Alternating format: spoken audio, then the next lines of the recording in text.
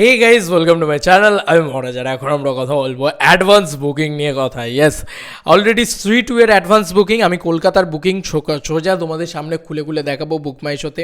বাবলি রয়েছে, পদাতিক রয়েছে, তার সঙ্গে ভেদা রয়েছে, খেলখেলমে রয়েছে। এই সমস্ত ছবির অ্যাডভান্স বুকিং নিয়ে আমরা কথা বলবো। না, আমি আলাদা করে ভিডিও বানাতে পারতাম, তবে একটা কথা বলবো, এই রকম পরিস্থিতিতে দাঁড়িয়ে রাজ চক্রবর্তী যে সুপারস্টার পরিচালক বা সুপারস্টার ডিরেক্টর, এটা হয়তো উনি প্রমাণ করে দিয়ে গেলেন। দেখো, এটা নিয়ে কোনো সন্দেহ নেই, আমি প্রচণ্ডভাবে অ্যাডমায়ার করি রাজ চক্রবর্তীকে। রাজ চক্রবর্তী একজন প্রচণ্ড ভালো অ্যাকশন সিনেমা বা মেন স্ট্রিম পটবয়লার মাস সিনেমা বা প্রেমের সিনেমা, এগুলো না রাজ চক্রবর্তী ফাটিয়ে বানাতে পারে। বাবলির ভিতরেও যে গ্লসিনেসটা বা যে প্রিমিয়ামনেসটা রাজ চক্রবর্তী দিয়েছে, সেটা কিন্তু রাজ চক্রবর্তীর সিগনেচার। ঠিক আছে, তো এটা আমার মনে হয় যে তোমাদের ভালো লাগবে, শুনেও ভালো লাগবে যে রাজ চক্রবর্তী এই যে হিন্দি ছবির চাপেও যে নিজের একটা সিগনেচার বজায় রাখতে পেরেছে, এবং রাজ চক্রবর্তী বন্ধুরা হাউসফুল দিচ্ছে এই রকম পরিস্থিতিতে। ঠিক আছে, এটা একটা ভয়ঙ্কর বিষয়। প্রথমত আমি আমার দুটি বাংলা ছবি নিয়ে ফার্স্টে কথা বলবো, তারপরে হিন্দি ছবিতে আসছি। প্রথমত পদাতিক নিয়ে কথা বলি। যদি পদাতিক ছবিটার, এই যে পদাতিক খুললাম, পদাতিক ছবিটার রেসপন্স কলকাতার বেল্টে, কলকাতারই ছবি ছিল, এটা অবশ্য হুগলি খোলা আছে। আমি যদি খুলি এক একটা করে দেখো, জাস্ট রেসপন্স একদম খারাপ, মানে যাকে বলা যেতে পারে ডিজাস্টার রেসপন্স। পদাতিক ছবিটার অ্যাডভান্স বুকিং জাস্ট কোনো রকমভাবেই হচ্ছে না। হুগলি খোলা ছিল, আমি কলকাতা করিনি, আমি কলকাতার নিরিখেই পুরো বিষয়টা বলবো। এক তো 44টা হল 3-2 পেয়েছে, সেটাতে তো আসছি পরে, কিন্তু পদাতিকের অবস্থা কিন্তু ভালো না। পদাতিক কিন্তু খুব একটা ভালো পজিশন অ্যাটলিস্ট প্রথম দিনে তো হোল্ড করছে না, কারণ এটা সৃজিত মুখার্জির ছবি। আইনক্স সাউথ সিটিতে যদি 3:45 একদম পারফেক্ট টাইমে, একদম প্রাইম টাইমে এই অবস্থা হয়, বা 6:30 যদি শোতে এইরকম মোটামুটি 10-12টা টিকিট সেল হয়, তাহলে কিন্তু একটা জিনিস বোঝা যাচ্ছে যে পদাতিকের কিন্তু খুব একটা ভবিষ্যৎ ভালোর দিকে এগোচ্ছে না। অ্যাটলিস্ট যদি ছবিটা ভালো মানে রিভিউ পায়, সব জায়গা থেকে প্রশংসিত হয়, তাহলে হয়তো ছবিটা গেম চেঞ্জার হতে পারে। এখন কিছু বলা যাচ্ছে না, মানে এই ছবিটা কিন্তু একমাত্র উপায় হচ্ছে গেম চেঞ্জার হওয়া। কারণ তুমি প্রতিটা হল দেখো, প্রতিটা হলে একটা হলেও কিন্তু ইয়েলো করতে পারেনি। পুরো হল লিস্টটা তোমাদেরকে দেখাচ্ছি কলকাতার বুকে, একটা হলেও কিন্তু ইয়েলো কার্ড দেখতে পাইনি, পুরো একদম গ্রিন হয়ে রয়েছে। আর এটা স্বাভাবিক বিষয়, কারণ হিন্দি ছবির চাপটা কিন্তু মানে বিভৎসভাবে রয়েছে। হিন্দি ছবি বলতে স্ত্রী টু কিন্তু ভয়ঙ্কর চাপ দিচ্ছে যে কোনো বাংলা ছবি, যে কোনো কাউকে, মানে যে কোনো ইন্ডাস্ট্রিতেই এই স্ত্রী 2টা একটা ভয়ঙ্কর নাম হয়ে দাঁড়িয়েছে। কেউ ভাবতে পেরেছিল যে একটা স্ত্রী 2 এসে এরকম ভয়াবহ জিনিসপত্র করবে? মানে জওয়ান পাঠান লেভেলের খেলা দেখিয়ে দেয় না কি, কেউ বলতে পারে না। ঠিক আছে, এখন স্ত্রী 2 মানে অ্যাটলিস্ট 300 জওয়ান পাঠান লেভেলে খেলা দেখাক আর না দেখাক, অ্যাটলিস্ট যদি ঠিকঠাকভাবে রিভিউ পেয়ে যায়, 300-350 কোটি টাকায় স্ত্রী 2 এর কাছে কোনো ব্যাপারই না এখন, যা আমার মনে হচ্ছে। যাই হোক, আমি তোমাদেরকে দেখিয়ে দিলাম পদাতিকের অবস্থা ভালো না। অনেস্টলি স্পিকিং, যেটা ভালো না সেটা আমি কী করে ভালো বলি, মানে আমি তো পদাতিক আমারও দেখতে যাওয়ার ইচ্ছা আছে, আমারও ইয়ে আছে, বাট খুব একটা ভালো না। আরেকটা জিনিস বলি, যেটাতে বাংলা ছবির কালেকশন খুব ভালো হয়, নন্দন, সে কিন্তু 15ই আগস্ট থেকে বন্ধ। আমি দেখছি 15ই আগস্ট 16ই আগস্ট কিছুই দেওয়া হয়নি, এখন দেওয়া হয়নি না 16ই আগস্ট থেকে আবার খুলবে আমি জানি না। 15ই আগস্ট হয়তো নন্দন বন্ধ থাকবে। এবার একটা বড় কিন্তু লস কিন্তু সেক্ষেত্রে হয়, কারণ নন্দনে যদি সিনেমা চলে সেক্ষেত্রে কিন্তু খুব একটা লাভের দিক দেখা যায়, কারণ নন্দন বাংলা ছবির আতুর ঘর বলা যেতে পারে। আর বাঙালিরাও বসে থাকে যে 30 টাকায় কী করে সস্তায় নিপটে দেওয়া যায় ব্যাপারটাকে, কারণ বাংলা ছবিতে সেরকম কিছু থাকে না যেটা দেখার জন্য পয়সা খরচা করা যেতে পারে, এটা লোকের মনে হয়। স্ত্রী 2 এর ক্ষেত্রে কিন্তু ব্যাপারটা সেরকম না। এবার আসি তোমার আরও একটা বাংলা ছবি বাবলির কথায়, যেটা আমি বলছিলাম রাজ চক্রবর্তী কীভাবে সুপারস্টার ডিরেক্টর। তুমি জাস্ট দেখো, কলকাতার বুকে স্ত্রী 2 জাস্ট সব ইয়েলো করে দিয়েছে, জাস্ট পাগলা করা ঝড় দেখাচ্ছে। সেই মার্কেটে দাঁড়িয়ে রাজ চক্রবর্তী এই রেসপন্সটা দেখাচ্ছে বন্ধুরা। তাও এটা কিন্তু ডে 1 রেসপন্স। পদাতিকের ক্ষেত্রেও যেরকম, এটার ক্ষেত্রেও সেরকম ডে 1 রেসপন্স। এবার ডে 1 মানে কি, কেউ জানে না যে বাবলি কেমন হবে, কিন্তু বাবলির ক্রেজটা রয়েছে। এই যে একেবারেই আমরা বলছিলাম ক্রেজ নেই, কোনো বাজ নেই, কোনো কিছু নেই, তাহলে ফার্স্ট ডেতে এরম রেসপন্স কী করে হয় বন্ধুরা? আইনক্স সাউথ সিটি দেখো, ইয়েলো কার্ড করে দিয়েছে অলরেডি। 4:45 show, almost Housefull. দেখতেই পাচ্ছ তোমরা, অলমোস্ট হাউসফুল। পুরো all tickets are sold out বলা যেতে পারে। আর কয়েকটা মাত্র হাতে গোনা 10-12টা টিকিট যেখানে বিক্রি হয়েছে পদাতিকে, সেখানে এর আর 10-12টা টিকিট হয়তো পড়ে আছে গোটা হাউসফুল হতে। ঠিক আছে, এবার যদি 7:55 রেসপন্সও দেখি, সেটাতেও রেসপন্স মারাত্মক দেখতে পাচ্ছি। 1:55 রেসপন্স, সেখানেও দেখতে পাচ্ছি যে একটা ভালো বুকিং হয়েছে। বাবলির কথা বলছি, আইনক্স সাউথ সিটি। এবার ইয়েলো কার্ডগুলো নিয়ে যদি কথা বলি, পিভিআর ডায়মন্ড প্লাজা তোমরা দেখতে পাচ্ছ, আমি কিছু বলছি না, তোমরা দেখতে পাচ্ছ 5টা 5-এর শোটাকে ইয়েলো কার্ড করে দিয়েছে। আবারও দেখতে পাচ্ছি আমরা যে অলমোস্ট হাউসফুল। দেখো রাজ চক্রবর্তী এতদিন বাদে ফিরছে, রাজ চক্রবর্তীর নামের টিকিট সেল হওয়া বলে না, সেইটা হচ্ছে কিন্তু কোথাও গিয়ে। আর লোকে যেটা বলছিল যে ভাই মানে সৌর অঞ্চলে কীরকম রাজ চক্রবর্তী ছবি চলবে কি চলবে না, ভাই এই ছবিটা বিজনেস করবে আমার যেটা মনে হচ্ছে। আইনক্স সিটি সেন্টার 2 রাজারহাট, যেখানে বাংলা ছবি চলে না, সেখানেও কিন্তু ইয়েলো কার্ড করে দিয়েছে। দেখতেই পাচ্ছ বন্ধুরা, 4:30 শো, একদম প্রাইম টাইম শোগুলো কিন্তু। আর দেখতে পাচ্ছ অলমোস্ট হাউসফুল, মানে all tickets are sold out বলা যেতে পারে, আর কিছুক্ষণের ভিতরে হয়ে যাবে। এখন হাতে একটাই দিন সময় আছে, কালকের দিনটা আর কি, কালকে 15 তারিখ। এবার আমি যদি আসি, আরও এরকম দেখা যাচ্ছে, আরও দুটো জায়গায় এরকম ইয়েলো কার্ড দেখেছে। দেখতেই পাচ্ছ নবীনা এবং তোমার আইনক্স স্টার মল মধ্যমগ্রাম। তো মধ্যমগ্রাম খুলি, মধ্যমগ্রামের রেসপন্সটা দেখো জাস্ট। এবং নবীনা যদি খুলি, নবীনা কিন্তু বিরাট বড় একটা সিঙ্গেল স্ক্রিন, ঠিক আছে, বিরাট মানে বিরাট। তো সেই বিরাট বড় একটা সিঙ্গেল স্ক্রিন, প্রায় 600 সিটের সিঙ্গেল স্ক্রিন বোধহয়, তার রেসপন্সটা আমি তোমাদেরকে জাস্ট দেখাই। এরকম রেসপন্স, অলমোস্ট হাউসফুল প্রায় বলা যেতে পারে। এত বড় একটা হল, এত বড় সিট ক্যাপাসিটির হল, সেটাকে হাউসফুল করে দেওয়া মানে মুখের কথা না। এবার বলো যে 4:20-তে নবীনা যখন হাউসফুল করে দিয়েছে, এটা যখন ডে 1 রেসপন্স। এবার রাজ চক্রবর্তী তো ড্যাম শিওর ছবি ভালো বানায়, রাজ চক্রবর্তীর ছবির রিভিউ সবসময় ভালোই আসে। মানে এর আগে যদি হাবজি গাবজি বলি বা ধর্মযুদ্ধ বলি, দারুণ ছবি বানিয়েছিল, দুটো ছবি দারুণ হয়েছিল।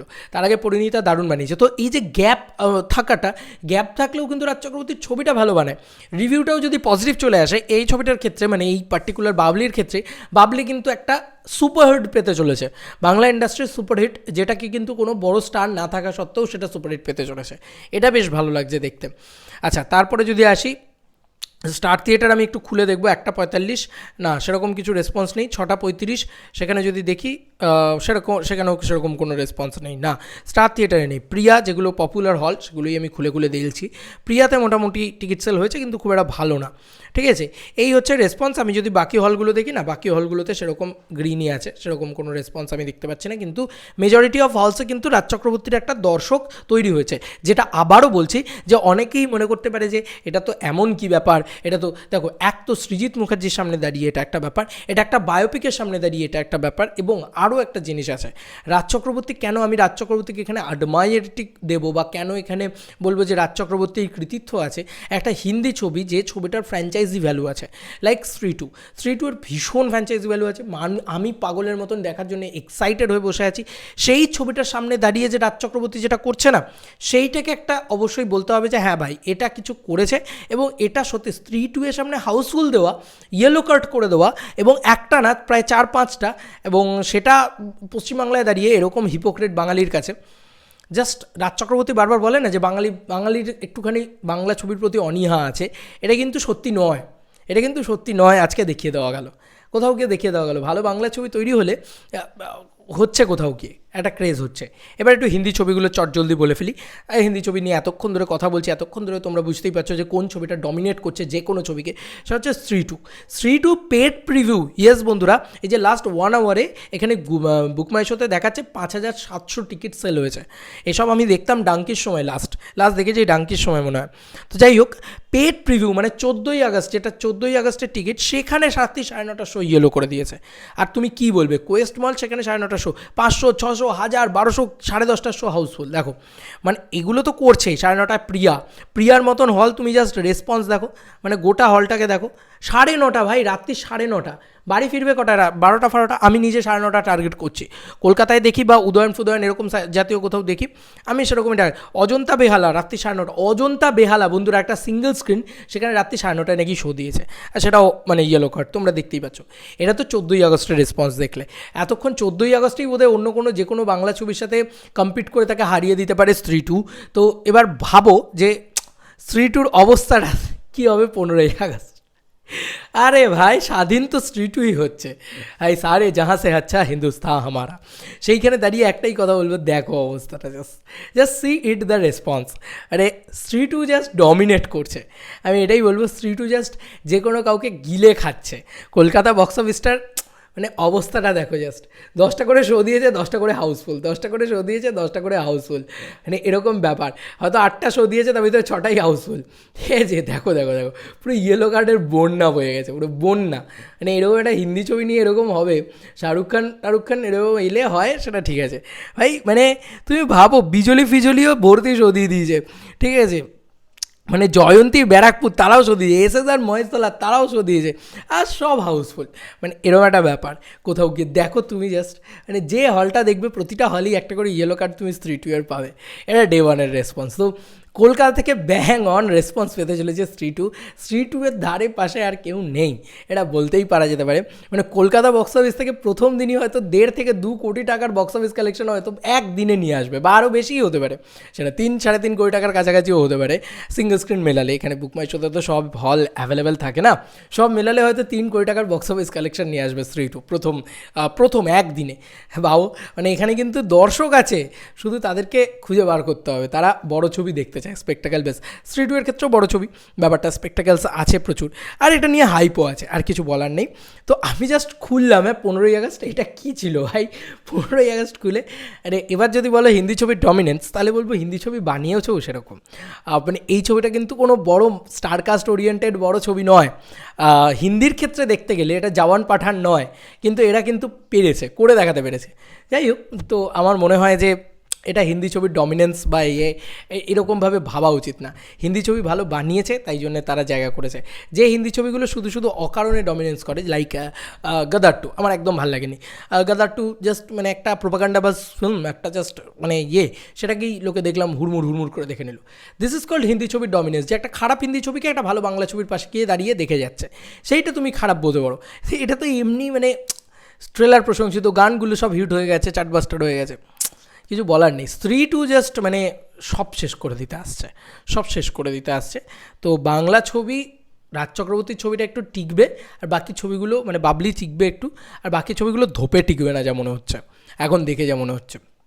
যাই হোক, এবার আসি বাকি হিন্দি দুটো ছবির কথায়। সে দুটোর অবস্থাও খুব খারাপ গো।